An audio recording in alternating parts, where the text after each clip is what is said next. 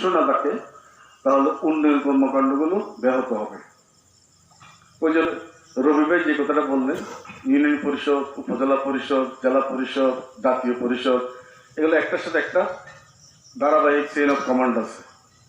এখানে কোথাও যদি একটা বিঘ্ন ঘটে তাহলে উন্নয়ন কর্মকাণ্ডে বিঘ্ন ঘটবে। তা আমরা চাইব যে আমাদের শরীয়তপুর ইউনিয়নের উন্নয়ন কর্মকাণ্ড সফল এবং সার্থকভাবে এগিয়ে যায়। আর সেজন্য আমরা এই আনারস, উড়োজাহাজ এবং পদ্মফুলের জন্য ভোট চাইতে এসেছি।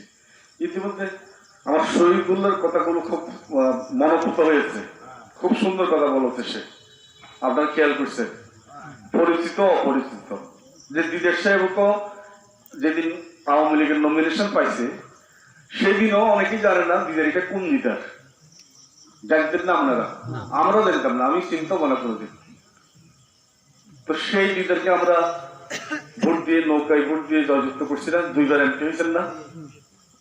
তো এখন রাজু পরিচিত কি অপরিচিত সেটা ব্যাপার না, রাজু কে, সে কি চায়, তার পিতৃ পরিচয় কি, সে কি আওয়ামী লীগের কোনো কমিটিতে আছে, তার বাবা কি, এ সমস্ত কিছু বিশ্লেষণ করলে, কিংবা তাকে সমর্থন কে দিয়েছে, এগুলো যদি বিশ্লেষণ করে তাহলে তো আমরা পেয়ে যাই রাজু অপরিচিত কেউ না।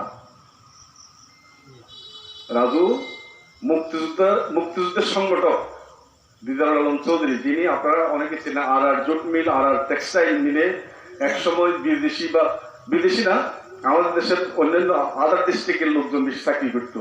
তিনি তখন আন্দোলন করছিলেন যে সীতাকুণ্ডের মানুষ সীতাকুণ্ডের মিল ফ্যাক্টরিতে বেশি পরিমাণে চাকরি করতে হবে, কাজ দিতে হবে। এটা নিয়ে বন্ধ হয়েছিল, আপনাদের অনেকের মনে আছে যারা বয়স হয়ে গেছে।